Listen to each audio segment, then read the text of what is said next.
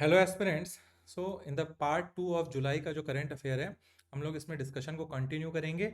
आप लोगों को बता देता हूँ मैं कि ये जो पीडीएफ है जिसको I am using which we have made in the Nexus academy, you can get these PDF for free. आपको सिर्फ एप्लीकेशन डाउनलोड करना है, वहाँ रजिस्टर करना है, फ्री रिसोर्सेज के सेक्शन में जाना है, ये पीडीएफ डाउनलोड कर लीजिए। These PDF are very useful for the state PSC exam और कोई भी व्यापम के एग्जाम दे रहे हो। इंग्लिश में मटेरियल वैसे ही नहीं है, ये मटेरियल आपके लिए बहुत गेम चेंजर रहेगा। बहुत ज़बरदस्त मटेरियल हम लोगों ने बनाने की कोशिश की है आप लोगों के लिए। चलिए स्टार्ट करते हैं। तो आज का जो पहला न्यूज़ आर्टिकल है वो है महाराष्ट्र से।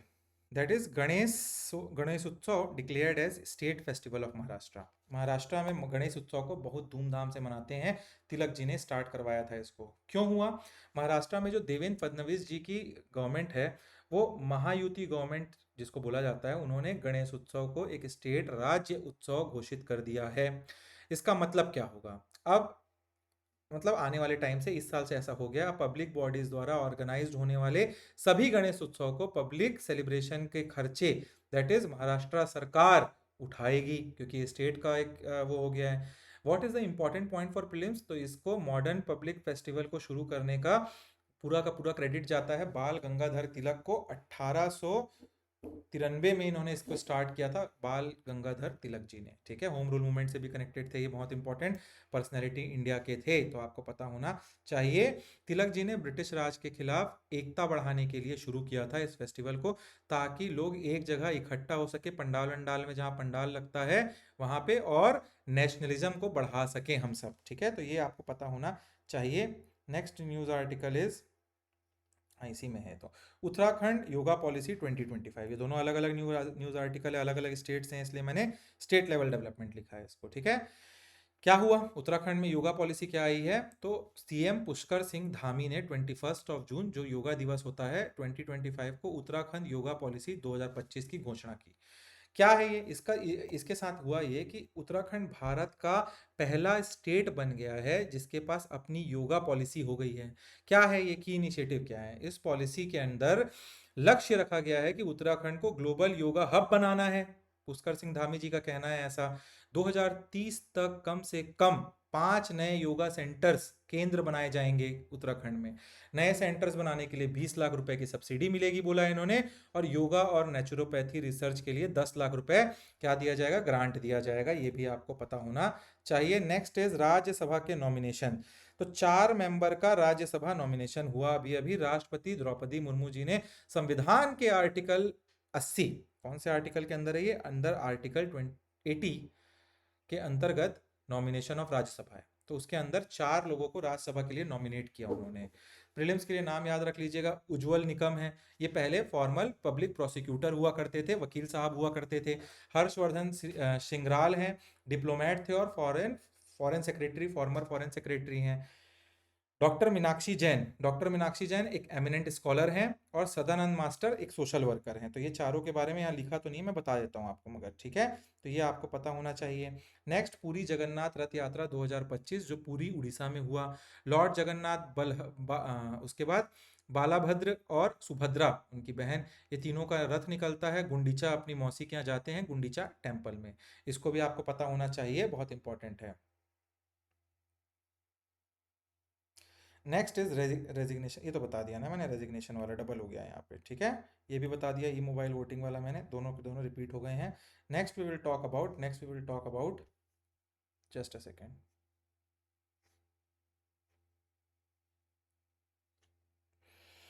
हाँ, तो यूएसए में एलॉन मस्क और ट्रम्प के बीच में काफ़ी दोस्ती हो रही थी, बट एलॉन मस्क और ट्रम्प के बीच में लड़ाई हो गई है, कुछ टाइप से सुना जा रहा है। तो उन्होंने एक नई पार्टी बनाई है जिसका नाम है अमेरिकन पार्टी। कौन है फाउंडर? एलन मस्क, जो स्पेसएक्स के मालिक, टेस्ला के मालिक, और दुनिया के सबसे पैसे वाले आदमी है। ठीक है, तो आपको ये पता होना चाहिए कि इन्होंने एक अलग से पार्टी बना ली है। ठीक है, और बोला इन्होंने कि हमको अमेरिका को बचाना है, तो सेविंग अमेरिका नाम से इन्होंने बनाया है। Next is Russia recognise Taliban government. Taliban government कहाँ है? तो अफगानिस्तान की गवर्नमेंट जो है वो तालिबान आज की डेट पे चला रही है। तो रशिया दुनिया का पहला देश बन गया है जिसने अफगानिस्तान में तालिबान के सरकार को ऑफिशियली रिकॉग्निशन दिया है। बैकग्राउंड क्या है? याद करो, जब तालिबान ने अगस्त 2021 में काबुल पर कब्जा कर लिया था, तो ज़्यादातर देशों ने अपनी एम्बेसीज बंद कर दी थी वहाँ, लेकिन Russia, China, Pakistan, Uzbekistan, UAE ने अपनी एम्बेसीज खुली रखी थी वहाँ पे। तो ये आपको पता होना चाहिए, एक बहुत बड़ा ग्लोबल पावर है यूएसए, रशिया, और उन्होंने तालिबान के साथ डिप्लोमेटिक रिलेशन पर सिग्निफिकेंट इम्पैक्ट डालने की कोशिश की है अभी अभी। Next is the resistance front, जो टीआरएफ बोलते हैं ना, उसको फॉरेन टेररिस्ट ग्रुप डिक्लेयर कर दिया गया है। अब the US department of state ने टीआरएफ को एक फॉरेन टेररिस्ट ग्रुप घोषित किया है। बैकग्राउंड, माना जाता है कि टीआरएफ पाकिस्तान बेस्ड लश्कर ए तैयबा का एक फ्रंट है, उन्हीं का ही एक हिस्सा है। उन्होंने, सबको पता है दुनिया को, यूएसए ने इसीलिए उसको बैन किया हुआ है। इसने अप्रैल 2025 में बहुत बर्बरता से, बहुत जालिमता से पहलगाम में हुए एक बहुत बड़े आतंकी हमले की जिम्मेदारी ली थी, जिसमें हमारे दोस्त देश के 22 लोगों की हत्या की गई थी। बहुत ही खराब, वो भी उनके घर वालों के सामने। ठीक है। इस हमले के बाद भारत ने मई 2025 में ऑपरेशन सिंदूर चलाया, लॉन्च किया, और पाकिस्तान ऑक्यूपाइड जम्मू एंड कश्मीर में आतंकी कैंप्स को सीधा मिसाइल से धूम धाम धम धम धम करके पूरा खत्म कर दिया। क्रॉस बॉर्डर टेररिज्म के खिलाफ जीरो टॉलरेंस पॉलिसी का बहुत अच्छा एक एग्जाम्पल दिया इन्होंने, आपको पता होना चाहिए। बट रोकना नहीं था, ये ट्रम्प के बोलने पे खत्म ही कर देना था उनको, पाकिस्तान को बचाना ही नहीं था, बचने लायक थे ही नहीं उन लोग। क्यों? हमारी गवर्नमेंट ने बाहरी प्रेशर में किया। I anybody is not able to understand. All of the government, opposition, सब साथ दे रहे थे। They should have gone 360 degree. Atal Bihari घुस गए थे ना लाहौर तक, वैसे घुस जाना था इनके। बट व्हाट इज, अब एक आध बार और करेंगे तो कर देंगे हम, ऐसा बोले हैं, ऐसा हमारे गवर्नमेंट ने। हाँ, Bulgaria to join eurozone. Eurozone क्या है? यूरोजोन आपको पता होना चाहिए, यूरोपियन यूनियन का फाइनेंस मिनिस्टर जो है, फाइनेंस फाइनेंस मिनिस्टर्स ने बुल्गारिया को यूरो अपनाने के लिए फाइनेंशियल अप्रूवल दे दिया है। आपको ये पता होना चाहिए, फाइनल अप्रूवल मिल गया। यूरोजोन क्या है? जैसे छत्तीसगढ़ इंडिया में रुपया चलता है, वैसे यूरोप के जो 29 कंट्रीज हैं उसमें यूरो जोन करके रुपया चलता है। ठीक है, तो वैसे ही एक और कंट्री अब जुड़ गया है, बुल्गारिया, वहां भी चलेगा। आपको ये पता होना चाहिए, यूरो का उपयोग करना शुरू हो जाएगा वहां पे। 29 कंट्री है, मगर टोटल 29 कंट्री में नहीं चलता, 21 कंट्री में वहां चलता है टोटल। ठीक है, यानी जैसे रुपया है, मान के चलो रुपया नेपाल में, श्रीलंका में, पाकिस्तान में, सब जगह चल रहा है, ऐसे यूरो जोन है। यूरो जो पैसा है वो 21 कंट्रियों में चलता है, तो बुल्गारिया अभी ज्वाइन करके अब यूरो वहां भी चलने लगेगा। Next is health emergency in Bolivia. तो एक मिजेल्स का आउटब्रेक हुआ है, रुबेला का आउटब्रेक हुआ है, दो ऐसी बीमारी हैं जो चिकन पॉक्स होता है उस टाइप से। तो ये आपको पता होना चाहिए, बस इतना सा न्यूज़ है, कुछ ज़्यादा इंपॉर्टेंट नहीं है मेरे हिसाब से। देन ना next is Sabih Khan, new COO of Apple INC. Apple के प्रोडक्ट लोग यूज़ करते हैं, और ये जो है उनके COO बने हैं। मुरादाबाद उत्तर प्रदेश से आते हैं ये साबिह खान। एप्पल जो है उसके नए चीफ ऑपरेटिंग ऑफिसर बनाए गए हैं ये। ठीक है, इससे पहले भी इंडियन ओरिजिन ऑफिशियल्स जैसे सुंदर पिचाई गूगल के सीईओ बन चुके हैं, सत्या नराला जो माइक्रोसॉफ्ट के जो सीईओ बन चुके हैं। तो ये COO बने हैं, आपको पता होना चाहिए, क्वेश्चन आ सकता है, ये बहुत बड़ा कंपनी है एप्पल। नेक्स्ट इज फौजा सिंह। फौजा सिंह जी हैं जो, उनके बारे में समझते हैं हम लोग। इनको और क्या बोलते हैं? टर्बैंड टोर्नेडो। 114 साल की उम्र में उनका देहांत हुआ है अभी। उन्होंने 89 साल की उम्र में रनिंग शुरू की थी। अभी 30 साल 25 साल के बच्चे हफर जाते हैं दौड़ने में, 89 साल की उम्र में इन्होंने रनिंग शुरू की थी। सोचो इस उम्र में हम लोग का क्या होगा, होंगे भी कि नहीं पता। 2011 में टोरंटो में इन्होंने फुल मैराथन कंप्लीट किया था, और वो पहले बन जाते हैं 100 साल के आदमी जो करते हैं ये काम को। 2012 जो 2021 लंदन ओलंपिक्स था, वहां पे वो ओलंपिक्स के टॉर्च बियरर भी थे। ठीक है, जो आग लेके आते हैं ना, वो टॉर्च बियरर भी थे। तो आपको ये पता होना चाहिए, बहुत इंपॉर्टेंट, बहुत इंपॉर्टेंट। नेक्स्ट एक है विराट कोहली जी से न्यूज। आईसीसी की रैंकिंग, विराट कोहली ने 909 पॉइंट के साथ एक नया T20 इंटरनेशनल रैंकिंग रेटिंग हासिल कर लिया है, आपको पता होना चाहिए। वो पहले और एकमात्र इंडियन प्लेयर है जिनके पास तीनों फॉर्मेट में, टेस्ट, ओडीआई और T20 में 900 प्लस की रेटिंग है। ये आपको पता होना चाहिए, विराट कोहली, विराट कोहली। नेक्स्ट इज आपका जो आपका न्यूज आर्टिकल है वो है विथ ब्रिक्स। ब्रिक्स के न्यूज आर्टिकल को पढ़ने की कोशिश करेंगे, ये पढ़ लीजिएगा कोटा श्रीनिवास से, कोई इतना इंपॉर्टेंट नहीं है। ठीक है, एक एक्टर थे तेलुगु के, तो थोड़ा देख लीजिएगा उसको। Next is 17th brick summit हुआ। ब्रिक का फुल फॉर्म है Brazil, Russia, India China, south Africa. कहाँ हुआ, पहला क्वेश्चन बनेगा। होस्ट किया इसको ब्राजील ने, रियो डी जेनेरियो में ये होता है। थीम क्या था इसका, ये भी बहुत इंपॉर्टेंट। तो ये थीम था strengthening global south cooperation for a more inclusive and sustainable governance. ठीक है, क्या रहा इसका हाईलाइट इस समिट का, अगर शॉर्ट में मैं बताने की कोशिश करूं आपको तो, समिट में ब्राजील और इंडिया को यूनाइटेड नेशन सिक्योरिटी काउंसिल में बहुत बड़ी भूमिका देने की मांग उठाई जा रही है। ठीक है, ब्राजील ने 2026 के लिए 26 के समिट के लिए ब्रिक की चेयरमैनशिप इंडिया को सौंप दी है। तो नेक्स्ट अब चेयरमैन इंडिया रहेगा, ये भी पता होना चाहिए आपको। तो ये हो गया आपका दो इंपॉर्टेंट चीजें यहाँ से। एससीओ डिफेंस मिनिस्टर्स मीटिंग, अब यहाँ क्या हुआ, पहले तो ये हुआ कहाँ, तो ये हुआ किंगडाओ, चाइना में। ठीक है, सेंजाई एग्रीमेंट के अंतर्गत होता है ये। ठीक है, एससीओ समिट। इंडिया का स्टैंड क्या था, तो भारत के डिफेंस मिनिस्टर यहाँ जाते हैं राजनाथ सिंह, और इन्होंने जॉइंट डेक्लेरेशन पर साइन करने से मना कर दिया यहाँ जाके। रीजन क्या था, तो डेक्लेरेशन में पाकिस्तान को बलूचिस्तान प्रोविंस में हुए एक आतंकी इंसिडेंट के का जिक्र था, जो बलूचिस्तान में हुआ था। जब यहाँ पे आपका ऑपरेशन सिंदूर चला था, तो आपको याद होगा बलूच में भी एक बस वस में अटैक हो गया था। तो उसको साइन करना था सबको, जॉइंट डिक्लेरेशन। नहीं नहीं नहीं हो पाएगा बोले।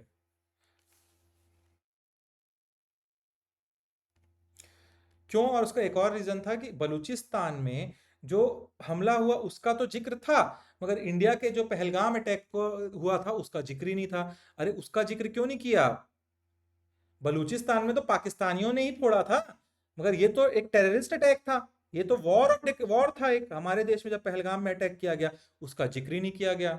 तो इंडिया ने इसको काउंटर टेररिज्म में डबल स्टैंडर्ड माना और अपना विरोध जताया वहां ना साइन करके जॉइंट डिक्लेरेशन में। वैसे ही एक बार 2020 में ना गालवान के कारण एक गालवान क्लैश हुआ था 2020 में, तब भी इंडिया ने ऐसा ही किया था। तो उसके बाद पहली बार कोई ऐसे हमारे मिनिस्टर हैं जिसने ऐसा किया, मजबूत फॉरेन पॉलिसी का एक जवाब दिया है हम लोगों ने, ऐसा है। ठीक है, समझ लो आप इस चीज को।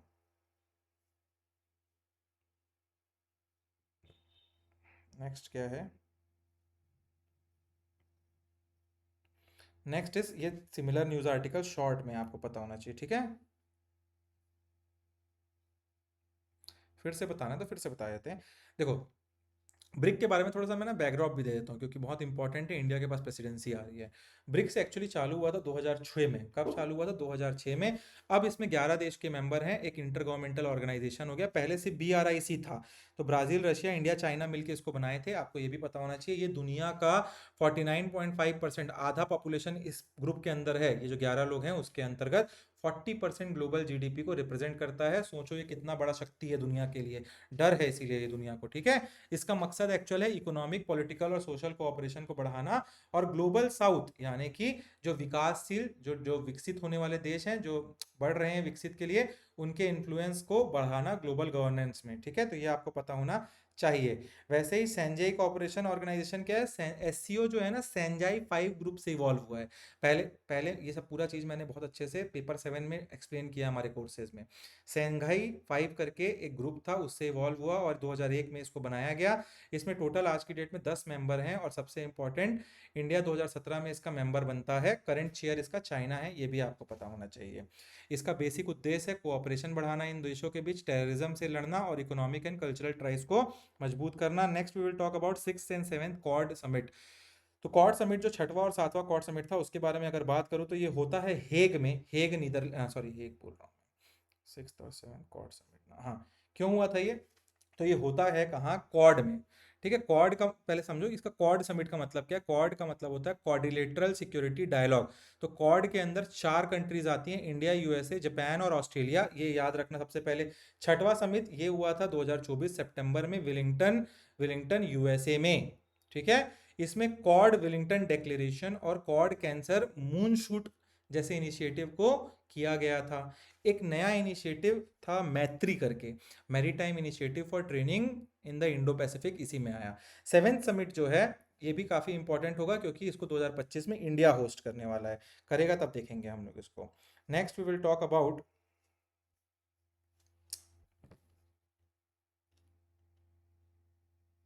NATO summit 2025। सो जो नाटो की 2025 की समिट, यूक्रेन का वॉर ताबड़तोड़ चल रहा है आज तक, तो इसका वेन्यू कहाँ रहा नाटो के समिट का, तो ये याद रखिएगा, हेग नीदरलैंड में हुआ। नाटो कब बना? तो नाटो की स्थापना एक्चुअल में हुई थी 4 अप्रैल 1949 को, ठीक है।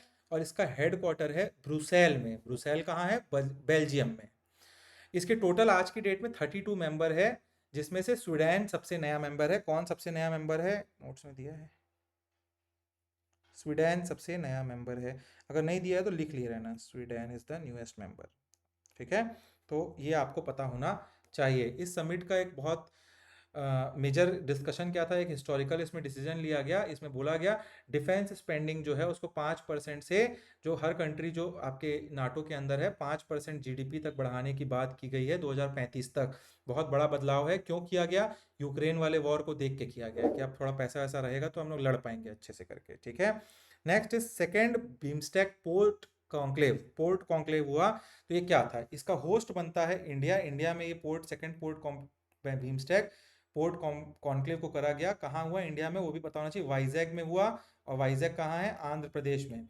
इसमें टोटल 7 मेंबर कंट्रीज ने भाग लिया, जो थे इंडिया, बांग्लादेश, नेपाल, भूटान, श्रीलंका, थाईलैंड और म्यांमार। और इसका क्या थीम था? Navigating the future, blue economy, innovation and sustainable partnership. तो ये आपको पता होना चाहिए। नेक्स्ट, विंबलटन टेनिस से कुछ नाम आते हैं। तो विंबलटन टेनिस चैंपियनशिप 2025 मैन सिंगल्स के विनर बनते हैं जेनिक सिनर। जो जेनिक सिनर को कार्लोस ने हराया था लास्ट वाले क्लास में, जो मैंने बताया था, अल्कजार ने। तो वो जेनिक सिनर यहाँ इटली के जो हैं वो जीतते हैं। और इसके साथ वुमेन में जीतती हैं ईगा। ईगा, ठीक है, ईगा आपको पता होना चाहिए, पोलैंड से आती हैं ये। इसके बाद आपका नेक्स्ट आपको इंपॉर्टेंट यहाँ पता होना चाहिए, जस्ट अ सेकेंड।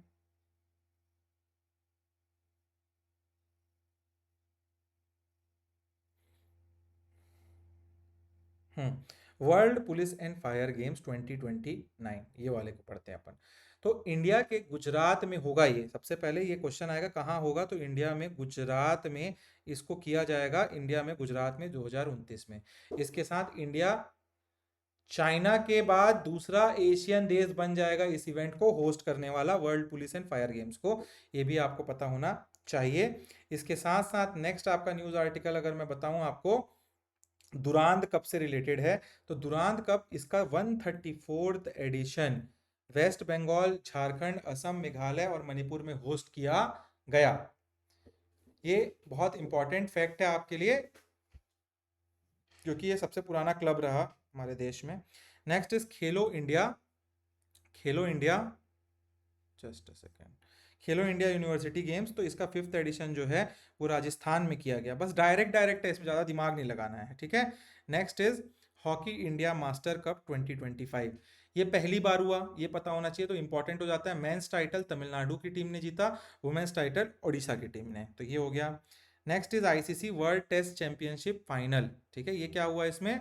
तो इंग्लैंड को जो है इसको होस्टिंग के लिए अवार्ड दिया गया है, ये आपको पता होना चाहिए। टेस्टिंग जो फाइनल्स हुए हैं उसके लिए। Next we have to talk about,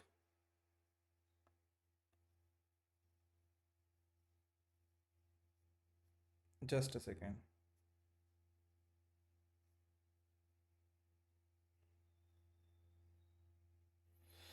FIFA club world cup 2025। So सबसे पहले स्पोर्ट्स की दुनिया के कुछ इंपॉर्टेंट खबरों के साथ हम लोग थोड़ा सा देखेंगे क्या हुआ था हमारे देश में, हमारे देश नहीं दुनिया में, ठीक है। तो आपको पता होना चाहिए फीफा क्लब वर्ल्ड कप 2025 में फाइनल मैच जो था वो चेल्से फुटबॉल क्लब जो इंग्लैंड में है, उसने पेरिस सेंट जर्मेनिया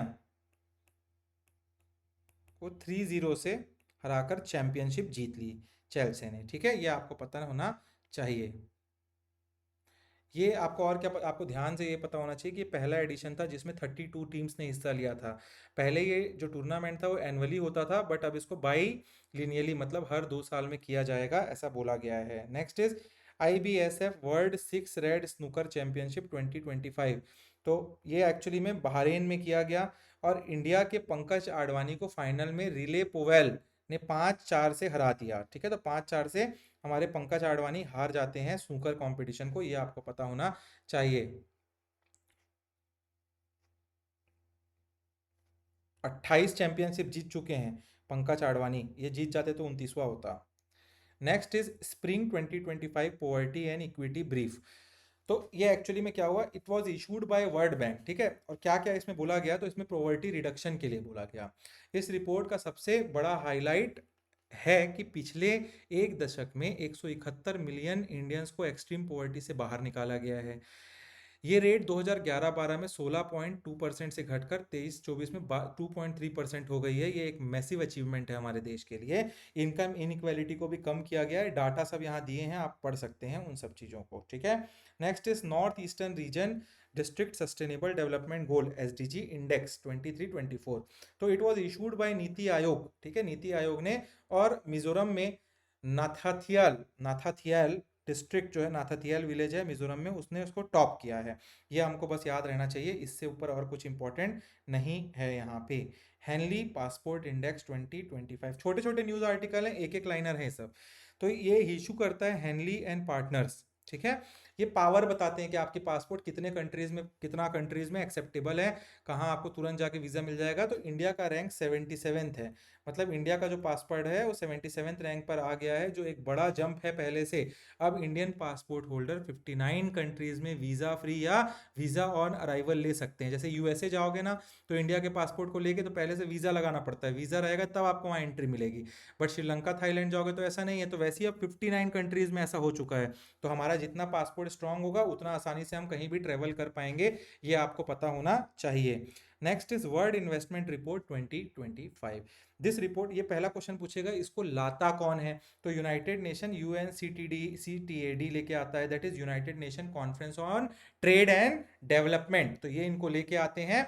इंडिया का पोजीशन क्या है, तो फॉरेन डायरेक्ट इन्वेस्टमेंट प्राप्त करने के लिए, एफडीआईज को लाने के लिए इंडिया की ग्लोबल रैंकिंग को 15 हो गई है, सुधर गई है। तो हमारे यहाँ थोड़ा सा इन्वेस्टमेंट आएगा, ऐसा कहना है हमारे देश में सब लोगों का, ठीक है।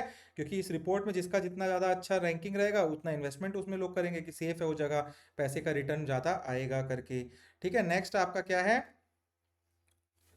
सस्टेनेबल डेवलपमेंट रैंकिंग, ठीक है। तो यूनाइटेड नेशन इसको लेके आता है। इंडिया 99th रैंक पर है, और ये पहली बार है कि इंडिया टॉप 100 में आया है।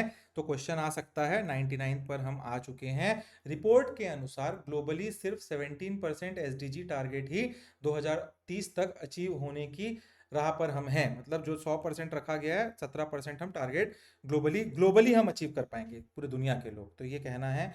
नेक्स्ट इज मोदी जी को बहुत सारे सम्मान मिले, 4 कंट्रीज ने दिए। तो क्या क्या हुआ, घाना ने दिया उनको officer of the Order of the star of घाना। तो ये याद रखिएगा कहाँ से मिला, ट्रिनाडा एंड टोबागा। इन्होंने क्या दिया है इनको, तो इन्होंने the Order of Republic of Trinidad and Tobago, first foreign leader को इन्होंने पहली बार दिया, किसी फॉरेन लीडर को। ब्राजील ने इनको the grand collar of the national award of southern cross दिया है इनको अवार्ड। तो ये, और नाबीबिया ने भी दिया है the Order of the most ancient mirabilis. तो ये आपको पता होना चाहिए। नेक्स्ट इज स्वच्छ सर्वेक्षण अवार्ड 2024-25। इंदौर ने 8वीं बार लगातार सबसे साफ जगह का अवार्ड ले लिया है यहाँ से फिर से। तो इंदौर आपका आंसर आएगा अगर सबसे साफ देश में पूछा गया। छत्तीसगढ़ के लिए रायपुर को promising clean city of Chhattisgarh का अवार्ड मिला है। Next is Polygrass magic skill award. ये क्या है 24-25 का, दीपिका जो है एक इंडियन फॉरवर्ड हैं, इस अवार्ड को जीतने वाली पहली इंडियन बन जाती हैं, ठीक है। तो ये आपको पता होना चाहिए।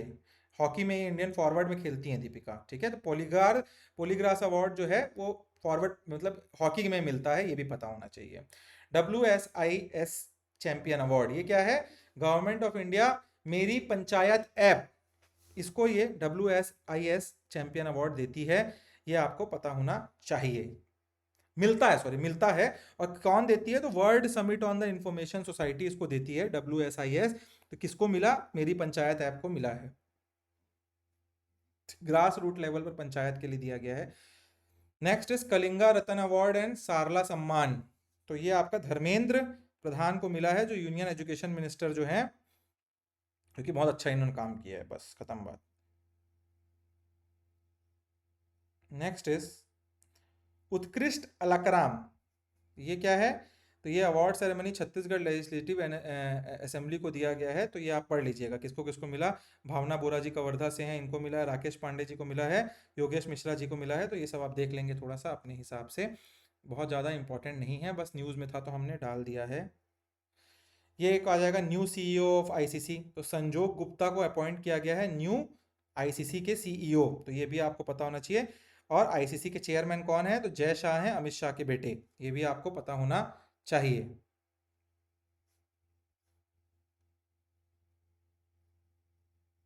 ठीक है, फिर नेक्स्ट आपका क्या आ जाता है, नेक्स्ट आपका है कुछ अपॉइंटमेंट हुए हैं गवर्नर के, तो 3 जगह पे नए गवर्नर बदले गए। गोवा में पुष्पति अशोक गजपति राजू, इनको गोवा के जो 20th गवर्नर बनाया गया है, आपको पता होना चाहिए। नेक्स्ट हरियाणा में प्रोफेसर असीम कुमार घोष को बनाया गया है, और उन्होंने बंदारू बंदारू जी को रिप्लेस किया था। लद्दाख में कविंदर गुप्ता, इनको 3rd लेफ्टिनेंट गवर्नर अपॉइंट किया गया है, तो ये भी आपको तीनों नाम पता होने चाहिए भाई, न्यूज़ में थे तो कभी भी पूछ देते हैं ऐसे question.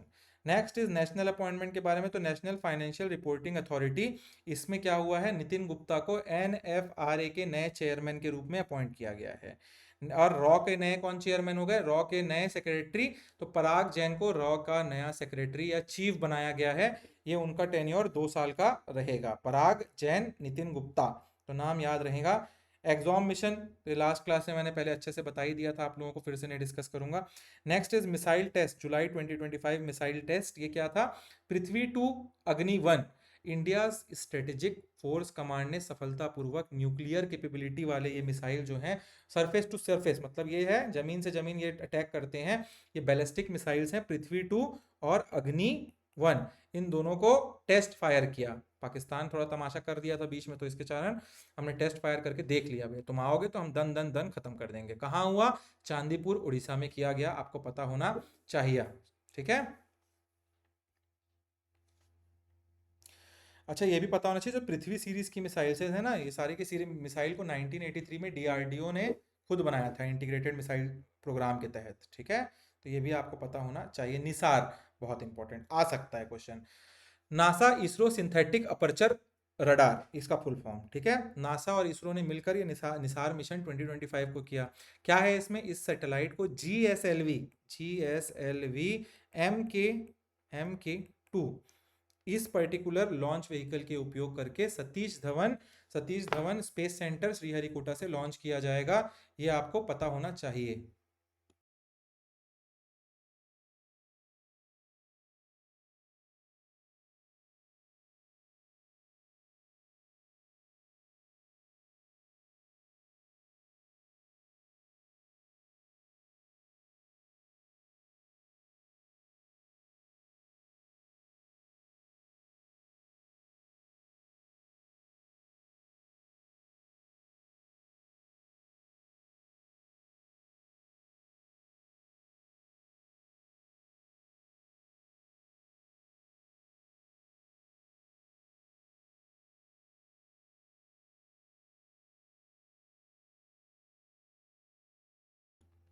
Sorry, there was some technical issue, technical call था थोड़ा। Now we will move towards the next news article, जो है India's first private satellite internet project. तो हैदराबाद बेस्ड अनंत टेक्नोलॉजीज, ये जो अनंत टेक्नोलॉजी है, ये भारत के पहले private satellite based broad based service होगा, आपको ये पता होना चाहिए। इसका ऑब्जेक्टिव है स्टार लिंक और वन वेब, जो है ना स्टार लिंक जो घूमता रहता है गोल गोल, एलॉन मस्क का जो प्रोजेक्ट है उसके टाइप के प्लेयर को टक्कर देने का। ठीक है, सबसे खास बात यह है कि इसमें इस्तेमाल होने वाले सैटेलाइट पूरी तरह इंडियन मेड होंगे, इंडिजिनस होंगे। ठीक है, तो ये आपको बहुत अच्छे से पता होना चाहिए। Next is India Japan coast guard exercise जामाटा। जामाटा, जामाटा जो एक जापानीज शब्द है, जिसका मतलब है फिर मिलेंगे, जामाटा। ठीक है, ये एक्सरसाइज कहाँ हुई, तो ये एक्सरसाइज चेन्नई के तट पर हुई। दोनों देश के कोस्ट गार्ड के बीच में समुद्री सुरक्षा, मैरीटाइम कोऑपरेशन को बढ़ाने के लिए किया गया है। नेक्स्ट इज गज यात्रा योजना, तो it was initiated by Assam सरकार, असम की गवर्नमेंट ने इसको इनिशिएट किया है। हमारे ह्यूमन एलिफेंट कॉन्फ्लिक्ट को कम करना इसका मकसद है, इंसानी जिंदगी और हाथियों दोनों को बचाना है हमको। एआई कैमरास का उपयोग किया जा रहा है, जो मोस्ट अफेक्टेड डिस्ट्रिक्ट है वहां पे। ठीक है, प्रधानमंत्री धन धान्य कृषि योजना, इस योजना के तहत 100 ऐसे डिस्ट्रिक्ट को टारगेट किया जाएगा जहां कृषि उत्पाद, दैट इज एग्रीकल्चर प्रोडक्टिविटी, कम है हमारे देश में कंपैरेटिवली। तो 24,000 करोड़ रुपए का बजट 6 साल तक चलेगा ये। ठीक है, तो ये आपको पता होना चाहिए।